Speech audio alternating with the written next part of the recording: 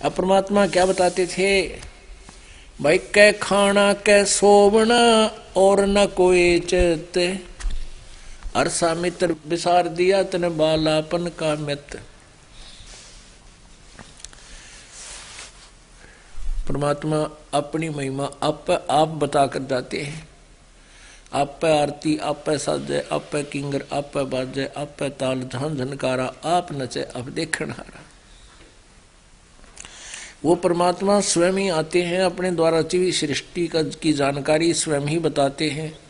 ब्रह्मा विष्णु महेश और काल की सतीथि से भी परिचित वही कराते हैं कि जिनको तुम परमात्मा मान बैठे हो, ये मोक्षदायक नहीं है, ये तुम्हारे को इस काल के जाल में फंसाने का ही उत्तम साधन है, फंसाए रखने का। क्या बताते थे, कै खाना कै सोवना और न कोई चित, हर्षा प्रीतम विसारा बालापन का मृत्यु। इस उदर के कारणे जग जाचो निसियाम, स्वामी पणो सर चढ़ा सरयो न एको काम। अब क्या बताते हैं कि या तो कोई भक्ति करना नहीं चाहता, और जिसने थोड़ा सा ज्ञान इधर उधर से कर लिया इकट्ठा, कहीं की ईंट कहीं का रोड़ा, वो स्वामी पाक जाता है, महंत बन जाता है, गुरु पद पर बैठ जाता, फिर वो नहीं सुने किसी की, चाहे कुछ भी बने। और जबकि हमने कल्याण के लिए मान बढ़ाई, ये सब त्यागनी पड़ेंगी। जैसे परमात्मा कहते हैं, अपनी वाणी आप ही बताते हैं, साहेब के दरबार में ये गाहक कोट अनंत, चार चीज चाहते हैं ये रिद्धि सिद्धि मान महंत।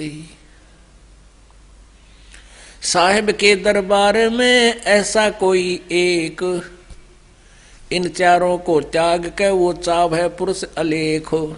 इन चारों को रिद्धि सिद्धि मान महंत स्वामीपना इसने भूल के परमात्मा पाने के लिए ये सब त्यागनी पड़ेंगी। स्वामी होना सोहरा दोरा होना दासे, गड्र आनी ऊन को व बांधी तरह कपासे। और परमात्मा क्या बताते हैं कि स्वामी होना तो आसान है, 4 श्लोक सीख ले संस्कृत के, 5-7 शब्द सीख ले परमात्मा की वाणी के। श्रद्धालु लोगों में मूर्ख बनाने के लिए, उनको आकर्षित करने के लिए बहुत कुछ है तेरे लिए, लेकिन परमात्मा पाने के लिए दोहरा होना दास, दोहरा होना माने कति विनम्र हो जाना। और जो अपनी मान बढ़ाई में फूले फिरते हैं, वो तो ऐसे हैं जैसे बेड़ के ऊपर ऊन घनी हो जाती है तो वह बहुत मोटी तगड़ी लगे है, और धनी जब उसने उतार लिया ना उसके बाद, वो इतनी की दिखा रहा है, उसका अस्थि पिंजर सारा दर आता है। तो परमात्मा कहते हैं कि तू यहाँ तेरे को 10-20 प्रणाम करने वाले हो गए और महाराज जी कहने लगे, तो ऐसा है जैसे बेड़ के ऊपर कपास व रुई, और वहां पर काल तार लेगा, फिर जीव का जीव रह जाएगा तू।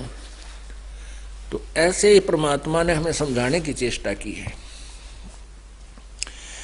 इस कलयुग का स्वामी लोभिया ये मनसा धरे बधाए, देवे पैसा ब्याज को फिर लेखा करता जावे। एक ऐसा नकली गुरु था, इधर दादरी के पास एक गांव है, उस गांव में उसके पास 75,000 रुपये हो गए। आज तो 25 साल पहले की बात है। डिपॉजिट कर रहा था बैंक में, और उसका एक चेला था, उसी के माध्यम से वो जमा करा रहा था। पक्का चेला, बहुत उसके आगे तागे सारी सेवा, उसका खूब सत्कार करे। उस चेले ने स्कीम बनाई, गुरुजी मैं एक मकान बनाऊं हूं और मुझे लोन हुआ नहीं, अभी लोन मैंने अप्लाई कर रखा है, आप मुझे 75,000 रुपये दे दो, आपको 1 लाख दे दूंगा। अब गुरु जी ने सोचा भाई ठीक से ले ले। अब उसने वो मकान बना लिया और रुपये लग गए 2 लाख, 75,000 गुरु जी के लग गए, और लोन लिया था वो भी लग गया। अब गुरुजी मांगे पैसे और चेला बतावे दिन, दोनों का रोड़ा पड़ गया। जैसा कि उसके चेलों ने बताया दूसरों ने इस दास से, कि फिर आखिर में उस चेले ने वो गुरुजी मरवा दिया। रात ने आश्रम एकला था, तड़के मरा पाया। अपने आत्माओं परमात्मा ये याद दिलाना चाहते हैं कि ये बीमारी छोड़कर तो तू साधु संत बना, और वह फांसी फिर गल में गाल ली। बता के संत बना के तू भगत, यानी भक्ति तो आसपास भी कोई ना, कर्म भी बिगाड़ दिए, जनसाधारण से भी गिर गया। कहते कलयुग का स्वामी लोभिया, गुरुजी लोभिया, मनसा रहे बंधाए, यानी अपनी इच्छाओं को बढ़ाए रहता है। देवे पैसा ब्याज को फिर लेखा करता जावे। कल का स्वामी लोभिया, ये पीतल धरे खटाए। राजद्वारे यूं फिरे जो हरियाई गाए। कबीर राजद्वारे रामजन, तीन वस्तु को जावे। कै मीठा कै मान को, या माया की चाहे। कहते संत ओ कह, अरे इन राजाओं के पीछे या मंत्रियों के पीछे या इन अधिकारियों के पीछे फिरता है, वो संत नहीं है। और वो तो तीन चीज के लिए राज दरबारों में जाता है। एक तो मान बढ़ाई, लोग नहीं कहेंगे भाई ये तो मंत्री के यहाँ जाता है, मंत्री का खास आदमी है। और फिर जाते वहां उन्हें प्रसाद मिठाई मिला, कोई बूरा, पहले बूरा भी आया करते घी में अच्छी गच, और फिर चलते समय दक्षिणा देते हैं। आम आदमी तो 1 रुपया देवे, वो राजा देवस मेरे ख्याल 1000 रुपये दे दे। तो क्या बताते हैं कि कभी राजद्वारे रामजन, तीन वस्तु को जाए।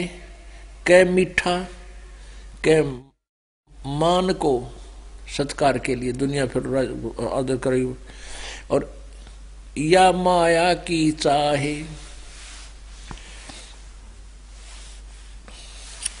कबीर कलयुग कठिन है, संत न पूजै कोई। कामी क्रोधी मस्करे है, तिनको आदर होवे। हरि सिमरन साची कथा, कोई सुन है काने। कलयुग पूजा दंभ की, और पाखंडी को माने। परमात्मा बताते हैं कि सच्ची कथा, सच्ची कथा जो ये दास बता रहा है, ये परमात्मा पहले बताया करते थे कि ब्रह्मा विष्णु महेश पूजा के योग नहीं है। ये कर्म नाश पाप आपके दुखों का निवारण नहीं कर सकते, ये आपको मोक्ष नहीं दे सकते, ये भी अविनाशी नहीं है, ये नाशवान है। तो कहते हैं यह सच्ची कथा और ये सच्चा सुमन। कोई कोई सुन है कान, कोई एक सुन है कान, मुश्किल तो एक आध सुनता है। और कलयुग पूजा दंभ की, भाई पाखंडी को मान। कलयुग में पूजा दंभ की और पाखंडी की इज्जत होती है। तारा मंडल बैठ कर ये चांद बड़ाई खावे। उदय हुआ जब सूरज का, स्यों तारों छिप जावे।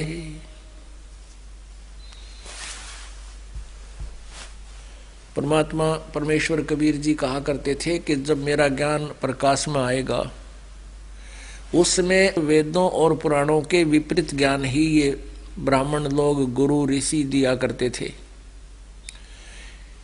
फिर भी वो ब्रह्म को सुप्रीम पावर बताते थे, ब्रह्मा विष्णु महेश को भी अजर अमर बताते थे, 3 लोक के भगवान भी बताते थे, रजगुण सतगुण तमगुण भी बताते थे। परमेश्वर कबीर जी कहा करते थे कि जब मेरा ज्ञान, ये तत्व ज्ञान रूपी सूर्य उदय होगा, आप जी का ज्ञान और आपके भगवान ऐसे छिप जाएंगे जैसे तारा मंडल बैठकर चांद बड़ाई खावे। उदय हुआ जब सूरज का, स्यों तारों छुप जावे। चांदनी यानी फुल मून नाइट बोलते हैं, फुल मून नाइट, यानी पूर्णमासी चांदनी रात्रि और चांद बहुत सुंदर लगता है और चंद सितारे भी बहुत अच्छे लगते हैं और तारामंडल के अंदर चंद्रमा बहुत सुंदर लगता है, सबसे प्रकाशमान दिखता है। कहते हैं जो सूर्य उदय हो जाएगा तब देखे तो बिना दिखे कहाँ गया वो, उसका प्रकाश उसके सामने इतना फीका हो जाएगा। तो परमात्मा परमेश्वर कबीर जी कहा करते थे जब मेरा ज्ञान और मेरी महिमा प्रकाश में आएगी, सूर्य उदय होगा, ये उस समय जो तुम्हारा ज्ञान और ये भगवान ऐसे फीके हो जाएंगे। श्रीमद् भगवत गीता अध्याय नंबर 2 श्लोक नंबर 46 यानी 46 में गीता ज्ञान दाता स्वयं कहता है ये काल के जब तत्वदर्शी संत तुम्हें मिल जाएंगे वो तत्व ज्ञान बतावेगा। तत्व ज्ञान से फिर आपको सभी भगवानों की स्थिति का परिचय हो जाएगा। उस समय आप जी के मन की स्थिति ऐसी हो जाएगी जैसे बहुत बड़े जलाशय की प्राप्ति के उपरांत जैसी आस्था छोटे जलाशय में व्यक्तियों की रह जाती है। पुण्यात्माओं, जिसमें ये गीता जी का ज्ञान प्रदान किया जा रहा था उस समय जलाशयों से, तालाबों से, जोहड़ों से जीव निर्वाह चलता था मनुष्य का, सभी प्राणियों का। वर्षा हो जाती थी, दूर दूर से पानी आकर के एक तालाब का रूप धारण कर लेता था। उस तालाब के आसपास 20-30 झोपड़ियां डाल लेते थे। पहले ऐसे छोटे छोटे गांव नगर हुआ करते, 50 घर हो गए, 20 हो गए, और सारा जीवन उसी से नहाने के लिए जल लेते थे तालाब से, उसी से पीने के लिए, उसी से कुछ थोड़ी बहुत सब्जी बो लेते, उसी से सिंचाई करते थे। कहने का भाव ये है कि यदि 1 वर्ष वर्षा ना हो तो उस तालाब का जल सूख जाता था, और 2 वर्ष वर्षा ना हो तो अकाल पड़कर वो सभी नष्ट हो जाते थे, उसके आश्रित प्राणी, व्यक्ति भी, प्राणी भी। और उन व्यक्तियों को जो केवल एक तालाब छोटे से जलाशय पर आश्रित है, उनको बहुत बड़ा सरोवर मिल जावे, इतनी बड़ी झील मिल जावे, उसका पता लग जावे कि जहां 10 वर्ष भी वर्षा ना हो तो भी उसका जल ना सूखे, तो उस समय उन प्राणियों की आस्था उस छोटे जलाशय में जैसी रह जाती है। पुण्यात्मा, उनको वो जलाशय का जल, छोटे जलाशय यानी तालाब का जल बुरा नहीं लगता, लेकिन वो सफिशिएंट नहीं है, वो पूर्ण उनका सब कार्य पूरे नहीं कर सकता, उनके लिए पर्याप्त नहीं है। वो तो काम चलाऊ सरकार है, वो तो काम चलाऊ था। वर्षा होगी तब जल इकट्ठा हो गया, ना हुई तो मर गए। और उस तालाब, उस झील के ऊपर 10 वर्ष भी वर्षा ना हो तो भी जल उसमें समाप्त नहीं होता, तो वो तुरंत उसको त्याग कर उस बड़ी झील की शरण ले लेते हैं। तो पुण्यात्माओं, आज जो बुद्धिमान व्यक्ति हैं, जिनके पिछले शुभ संस्कार अधिक हैं, वो इस ज्ञान को सुनते ही और तुरंत उन पूजाओं को, उन देवताओं को, उन भगवानों को, उन जलाशय को तुरंत त्याग के, कौन किन को, जो स्वयं नाशवान है, जो स्वयं भी मरेंगे तो आपकी कैसे रक्षा करेंगे, जो स्वयं भी अपने कर्म का दंड भोगना ही पड़ता है, वो प्रारब्ध में परिवर्तन नहीं कर पाते, तो आपको सुख कैसे देंगे। श्री कृष्ण का जीवन देख लो, सारा जीवन दुख में भरा रहा। जन्म जेल में, माँ बाप जेल में, बाहर आया तो मामा दुश्मन, जरा सिंह, शिशुपाल, चारण और कभी कोई उनके पीछे पड़े हुए। पर भगवान ने यहाँ के जो राम थे आपके श्री कृष्ण, उनने यहाँ से मथुरा त्याग कर और उस समुद्र में जाकर शरण दी, वहाँ एक टापू देखकर वहाँ अपना नगर बसाया, सब यादों को वहाँ ले गया कि कौन लड़ाई मूर्खों के साथ रोज यहाँ पर। और फिर अंत क्या हुआ श्री कृष्ण जी का, पूरे यादों का क्या अंत, जिसके सामने अब जैसे अभी तक ये धारणा है हमारी कि हमारा कुल चले और हमारा बच्चे हों, हमारा कुल चले, खानदान बढ़े, हमने बड़ी खुशी हो, और जिसके सामने सारा कुल मारा गया, श्री कृष्ण बाद में मरे, पहले 56 करोड़ यादव उनके सामने कट के मर गए। किसी व्यक्ति के 5 बेटे हैं और एक बेटा मर जा, टक्कर मारा वो उसकी दुख में, और 2 मर जा तो जमा रो रो का अंधा हो जाता है, और 5 मर जा तो उसकी स्थिति वो जान सके जिस गल बीता है। और श्री कृष्ण जी के पोते और पड़पोते और सारा रिश्तेदार खानदान सारा नष्ट हो गया, और श्री कृष्ण जी भी देख रहा है। एक बुढ़िया रोए थी न बोली, एक बेटा मर गया, 2 पोते मर गए एक्सीडेंट में, हे भगवान ये दुख देखने खातिर मैं क्यों जिंदा रहेगी, पहले क्यों ना मर गई। यानी जो बाद में बुजुर्ग जीवित है उसके सामने कुल मरण लग रहा है, वो सुखी नहीं हो सकता। तो पुण्यात्मा यहाँ क्या बताते हैं, तारा मंडल बैठ कर ये चांद बढ़ाई खावे, उदय हुए जब सूरज का ये स्यों तारों छप जावे। अब परमेश्वर के ज्ञान के सामने अब वेद ज्ञान, पहली बात तो जो वेदों का ठेका ले रहे थे उन्हें वेदों का ज्ञान नहीं था। वेद बताते हैं परमात्मा सशरीर है, मनुष्य सदृश है, और वो परमात्मा ऊपर सतलोक में अमर स्थान पर रहता है, दिव्य लोक में रहता है, और वहां से गति करके यहाँ आता है, अपना तो यथार्थ ज्ञान वही प्रचार करता है, और वो श्रेष्ठ आत्माओं जो अच्छी आत्माएं हैं उनको मिलता है, उनको ज्ञान प्रचार करता है, फिर वो हंस उस परमात्मा के ज्ञान का फर्दर प्रचार करते हैं, आगे वो प्रचार किया करते हैं। तो वो परमेश्वर कौन है, आज तक ये लीला किसने की, कबीर देव ने, काशी में आए उस जुलाहे ने, उस सर्वशक्तिमान ने जितनी बार भी वह प्रकट हुए हैं इसी तरह हुए जैसे वेद बताते हैं। तो इन वेदों के ज्ञाताओं को, वेदों का जो वेदों को कहते थे हम वेद जानते हैं, वेदों को सत्य मानते हैं, उनको वेदों का ज्ञान नहीं था। वेद बताते परमात्मा सशरीर है, वो निराकार बताएं, और वेद बताते हैं परमात्मा एक देशीय है, वो कहते हैं एक देशीय है नहीं, एक स्थान पर नहीं रहता। और वो बताते हैं कि वेदों में कहीं नहीं लिखा कि पाप नाश हो जाते हैं, प्रारब्ध के कर्म कट जाते हैं, पाप कर्म नष्ट हो जाते हैं, जबकि वेद बताते हैं परमेश्वर की साधना से घोर पाप का भी नाश हो जाता है।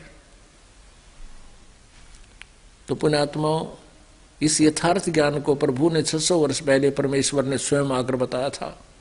जब ही सत्य नाम हृदय धर्यो, भयो पाप को नाश, जैसे चिंगारी अग्नि की भाई पड़े पुराने घास। जैसे चिंगारी अग्नि की, और चाहे लाखों टन सूखा घास पड़ा उसमें एक माचिस की तिल्ली लगा दे या आग सलगा के उसमें डाल दे, हवा चले बक्कड़ पाटे, सब जलकर नष्ट हो जावे है, और चले हवा उस राख को भी इधर उधर फेंक देती है।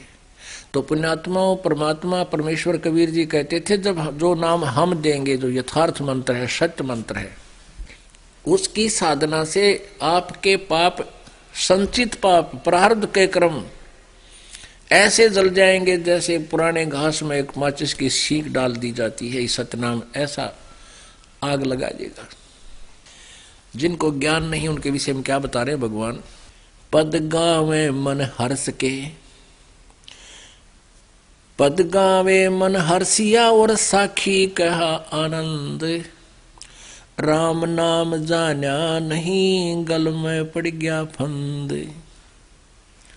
करता जिसे कीर्तन ऊंचा कर कर तोड़े, जाने बुझे कुछ नहीं यो ही अंधा ढूंढे। अब क्या बताते हैं कि ये कीर्तन करते हैं, जागरण करते हैं, ये बड़े सुरीली आवाज में ऊपर न मुँह कर बड़ी लय लगाओ है नो, कोई कान को नाम सारे सुर मिला के, के नाम का पता नहीं, बंडे बे मतलब जैसे कोई रोग के बारे में बता रहा तुझे, ये रोग है औषधि खा ले, ये रोग है औषधि खा ले। अब औषधि है नहीं।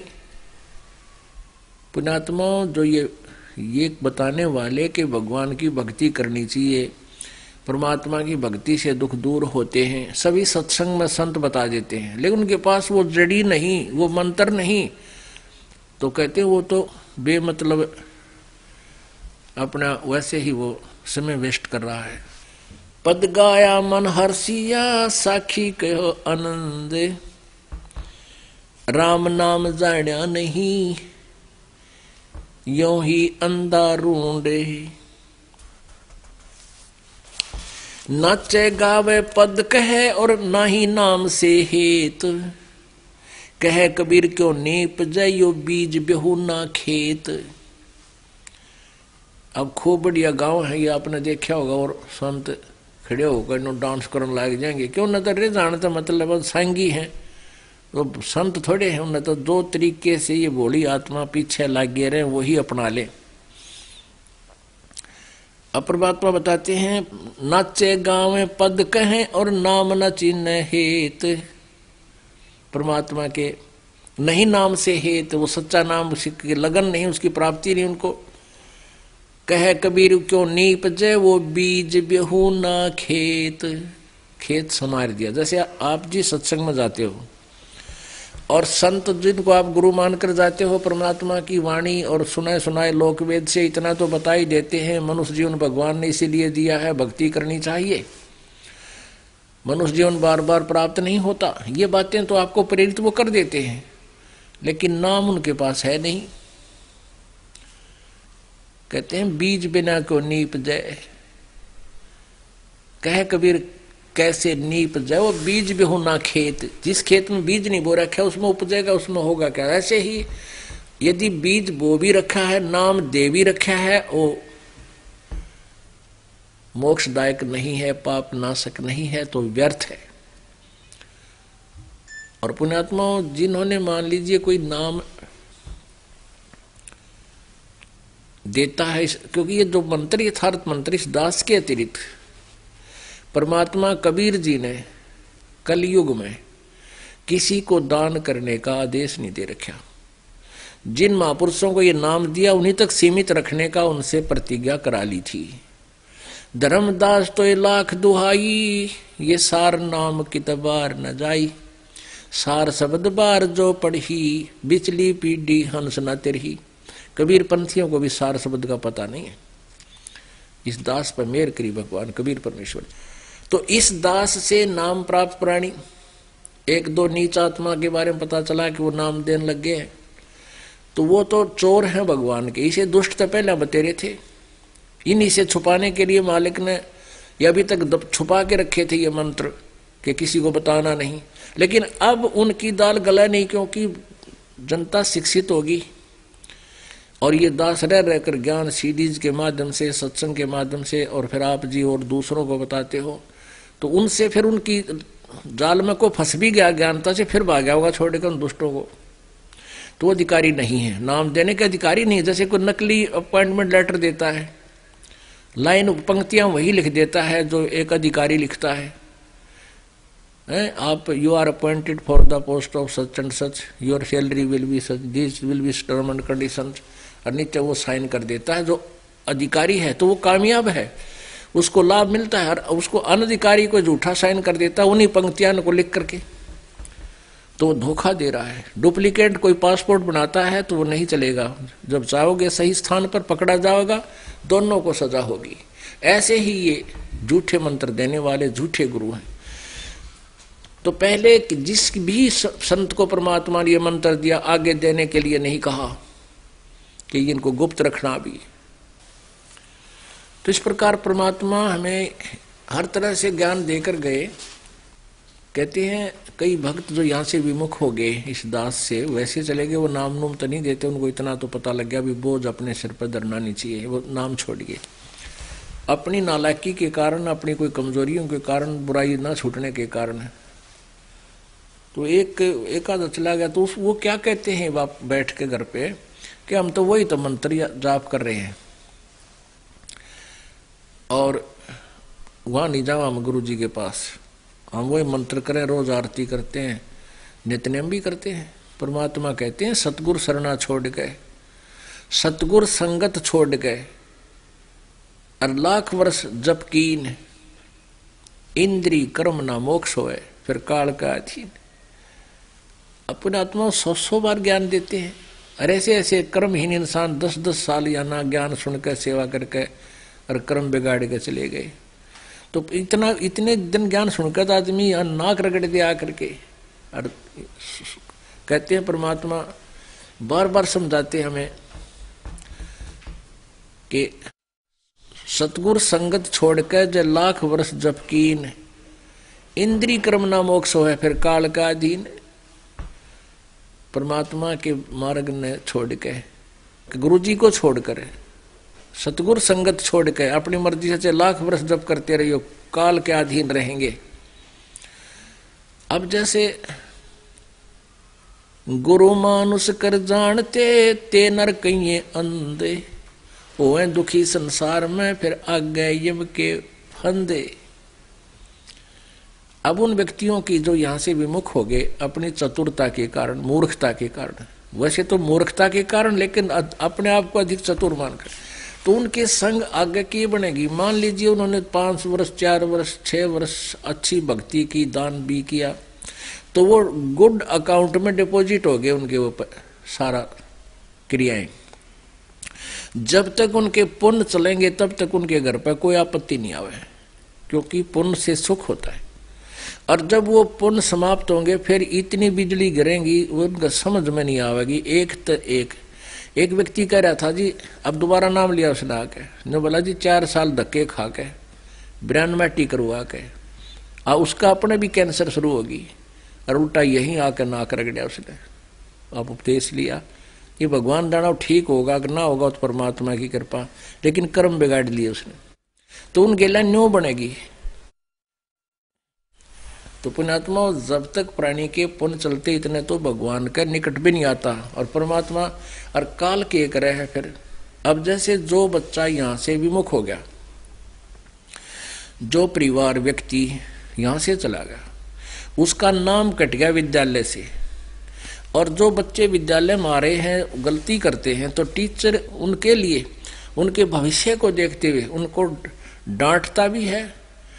होमवर्क क्लास वर्क में गलती करते हैं, नहीं करके लाते हैं तो धमकाता है, उनको खड़ा करता है और उनको खूब टाइट रखे, उनके भविष्य को नजर में रखते हुए, और वो फिर और सुधर के आवे।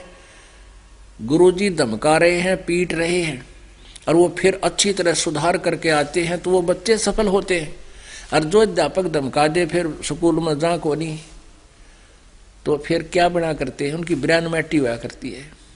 अब हम परमात्मा के दरबार में, हम स्कूल में हैं, आप जी परमात्मा के इस मोक्ष वाले, जन्म मरण के रोग कटने वाले, मोक्ष प्राप्ति वाले विद्यालय में आ गए, और ये दास या टीचर है।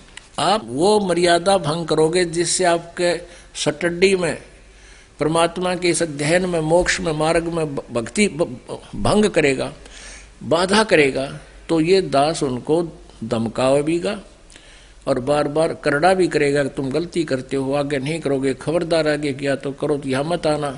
क्योंकि यहाँ वही व्यक्ति आएगा, वही जिसने परमात्मा को पहचान लिया और सुधार करके आएगा। और जो सुधार करके नहीं आता है तो ना भाई क्या करें, दुख तो बहुत होता है कि ये गया काल के मुंह में।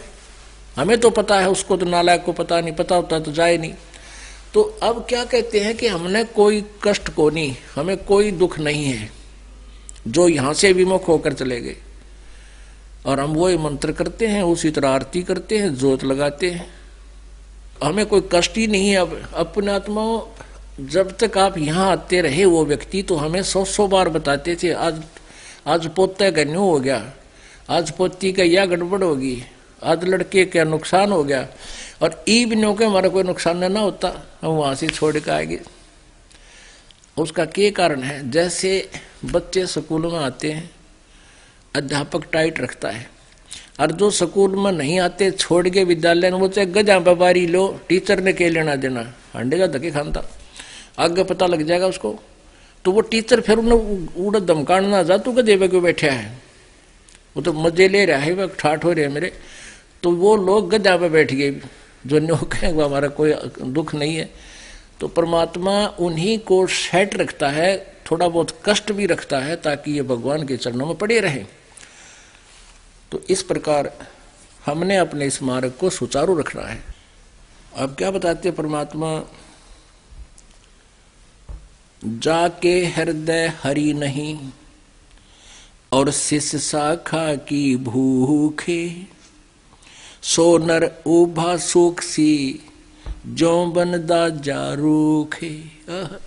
कहते हैं जिसके हृदय में भगवान की प्राप्ति की का उद्देश्य नहीं और शिष्य शाखा की भूख, चेले बनाने की भूख है, वो अंत में उसकी वाह दुरुति होगी। जैसे वन में आग लाग जा, जड़े पाछे रूख टूंड खड़े रहा करें, ऐसी स्थिति हो जाएगी उन लोगों की लास्ट में।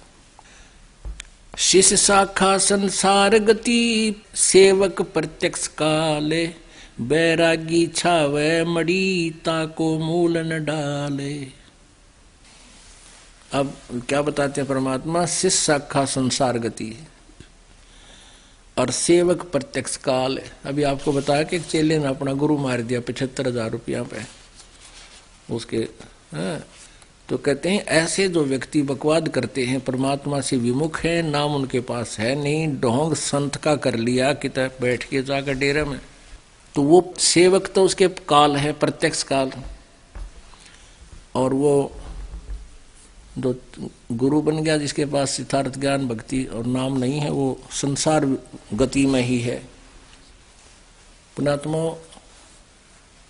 आप जी का सौभाग्य है कि आपको इस ज्ञान सुन रहा है, आप कोई किसी भी माध्यम से सुन रहा है, कोई पुस्तक भी पढ़ रहा है, कोई सीडी भी देख रहा है, या प्रत्यक्ष आकर यहाँ ज्ञान सुन रहा है। और अरबों खरबों मनुष्य सारा दिन डले ढोरे एक पेट के लिए धक्के खाते फिरते हैं, 100 झूठ बोलते हैं, निरे कोड इकट्ठा कर रहे हैं, अपने पाप कर्मों को फोड़ रहे हैं, जन्म को फोड़ रहे हैं, पाप कर्म ढो रहे हैं। और आप जी को ये ज्ञान हो गया, आपके अंदर कितनी उमंग दी भगवान ने, आप काम भी छोड़ कर आते हो। पुण्यात्माओं, कोई भी कार्य है करने से होता है। जैसे हम बच्चों को पढ़ाते हैं, 12, 13, 14 वर्ष जितना भी वो शिक्षा ग्रहण करना चाहता है, उसको हम कति फ्री छोड़ देते हैं और अन्य परिवार से अधिक उसके खाने की, ड्रेस की अधिक ख्यास रखते हैं, ध्यान देते हैं। और 12, 13, 16 और फिर ट्रेनिंग करा था 20 वर्ष तक, 25 वर्ष तक, उस बच्चे से हम कोई कार्य नहीं लेते और पैसा भी बाढ़ की तरह फूकते हैं। किस उद्देश्य से कि बच्चा बड़ा होकर के अपने पैरों पर खड़ा हो जाएगा। 25-20 वर्ष के बाद वो लड़का या लड़की 2 रोटी के ब्योंत उसका होगा। अब हम क्या करते हैं, ज्यादा अच्छी शिक्षा, इंजीनियर, डॉक्टर है या कोई IAS IPS बना देते हैं। किस उद्देश्य से कि ये घने धन इकट्ठा करेंगे, बड़ी कोठी बनाएंगे, टी टी करते कार मचालेंगे। ये उसका दुश्मन होगा आखिर में, क्योंकि उसमें मान बढ़ाई आ जाएगी, माया की हवस बढ़ती चली जाएगी और होगा वही जो उसके भाग्य में है, पहले पूर्व निर्धारित है, वही बच्चे इन पोस्ट को प्राप्त होते हैं। ना तो सभी इसी उद्देश्य से पढ़ते और पढ़ाते हैं। तो हम परमात्मा के विधान को भूल गए, अपनी जीव संज्ञा सोच से हम नरे निकम्मे हो गए, हम अपने हिसाब से पापी हो गए, माया पुजारी हो गए, आपस में द्वेष हो गया, चतुर हो गए। तो इस सारे दोष को समाप्त करने के लिए हमने परमेश्वर कबीर जी के इस अध्यात्म ज्ञान की अति आवश्यकता है। इस अध्यात्म ज्ञान के सुनने के बाद फिर परमात्मा की तरफ रुचि भी बढ़ेगी और शांति भी होगी। तो इसके लिए अब ज्यादा से ज्यादा समय भगवान के लिए निकालो। जो इस ज्ञान को समझ चुके हैं वो तो अपना सिर पे पैर रख लिया उन्होंने, तो दास देख रहा है, सत्संग में भी आते हैं, सेवा भी करते हैं, बाकी समय में भी आते हैं। और फिर यदि वो नियम में रह रहे हैं तो देखना उनकी क्या मौज करेगा परमात्मा, यहां भी सुख देगा। और यहां से जब जाएंगे विमान में बैठ कर जाएंगे, आए हैं सो जाएंगे ये राजा रंग फकीर, एक तो सिंहासन चढ़ के जा, एक बंधे जात जंजीर। मरना सभी ने है, यहां से शरीर सब छोड़ कर जाएंगे, लेकिन जाने जाने में बहुत अंतर होगा। एक तो परमात्मा आकर लेकर जाएगा इस दास के रूप में, कहो बैठो बैठो ये जहाज जा रहा है, और तुरंत आप जी उसमें चढ़ जाओगे, आपको पता भी नहीं लगेगा हमारी मृत्यु हुई है या हम कहीं सत्संग सुनने जा रहे हैं गुरु जी के साथ। और जो भक्ति नहीं करते उनके अंत समय में ऐसी ब्रैन माटी होगी, टट्टी पेशाब निकल जाएगा। आप देख लेना कभी ऐसा कोई व्यक्ति की मृत्यु होता, चाहे कोई किसी भी बड़ी पोस्ट पर हो, उसका देखना कितना बड़ा धनी हो, जिसके पास ये सत भक्ति नहीं है उसकी मृत्यु देखना। इसको नहाते किस लिए है? इसलिए स्नान कराते हैं, उसका बुरा हाल होया पावर टट्टी माए निकटी कपड़िया के वहाँ है लाड़ पड़ जाए, तो फिर उसको नुहावा, फिर नुहावा जब वो कति फूकण की तैयारी हो ली। कहने का भाव यह है कि जो वो तो क्यों डरते हैं, क्योंकि यम के दूत इतनी भयंकर आकृति दिखाते हैं उसको शरीर छुड़वाने के लिए, ना फिर सीधे बाले ठोकर अंदर से वो भयभीत होकर के उस टट्टी पेशाब निकल जाता है। जब वो डरता हुआ उस शरीर को छोड़कर भागने की चेष्टा करता है, फिर उसकी बाजू पकड़ लेते हैं सूक्ष्म शरीर में वो यम के दूत। और जो परमात्मा की भक्ति करते हैं उनको परमात्मा विमान में बिठा कर लेकर जाएगा। कहते सतगुरु शरणा आकर फिर धर्मराज डर कैसा, यम के दूत भी निकट नहीं आ सकते। एक भक्त बता रहा था जी मैं सपने में मर गया, यम के दूत आए मुझे लेकर चले। मैं बोला रखी चले भाई, चल सत्संग में चलाएंगे। मैं उनके साथ हो लिया। आगे जाके वो कहने लगे कहाँ ले जा रहे हो? मुझे सत्संग तो नहीं है, ये सामने लिख रखा है यमराज यमदूत। ने बोला तुझे धर्मराज के पास पेश करेंगे, फिर तेरा बकल तारेंगे। बोला मेरा और उनकी लड़ाई होगी कि तुम्हारा और हमारा के मेल भाई, हम तो कबीर जी के चेले हैं, शिष्य हैं, कबीर जी के उपासक है, हमारा कबीर इष्ट है, हमारे गुरु जी ये हैं, और हमारा थारा कोई मेल नहीं, धर्मराज का हम नहीं जाया करते, भाग यहाँ से। उनकी लड़ाई होगी शुरू। एक तो लड़ेगा, एक बाज के उस धर्मराज के पास गया, कहने लगा जी एक न्यू का है हम तो कबीर जी के पुजारी हैं और उनके शिष्य हैं ऐसे ऐसे, और हमारा तुम्हारा कोई मेल नहीं, तो गुट्टों गुट्टा हो रहा हमारे साथ। धर्मराज ने बोला रहा छोड़ दो भाई, क्यों मन नहीं मरवाओ हो तुम, जान दो उसको कित लिए आए तुमने कम्यो। कहते जब वो छोड़ दिया उन्होंने, वो दूसरा ही बाज गया। तो मैं वापस आया जब शरीर में, मेरा पसीने आ रहे नो, सूख रहा मुख अलग सूख रहा मेरा, और सारा कापू पसीने छूट रहे, एकदम उठा। कहते कम से कम 2-3 गिलास तक पानी पिए, जब शरीर शांत हुआ फिर मेरा जचीरे में तो मर गया था सचमुच। और वो ज्ञान काम आ गया कि भाई हम परमात्मा के बच्चे हैं, हमारा तेरा कोई मेल नहीं। परमात्मा कहते सतगुरु शरण में आकर धर्मराज डर कैसा, इन काल के दूता जकरे की है। बोलो सतगुरु जी।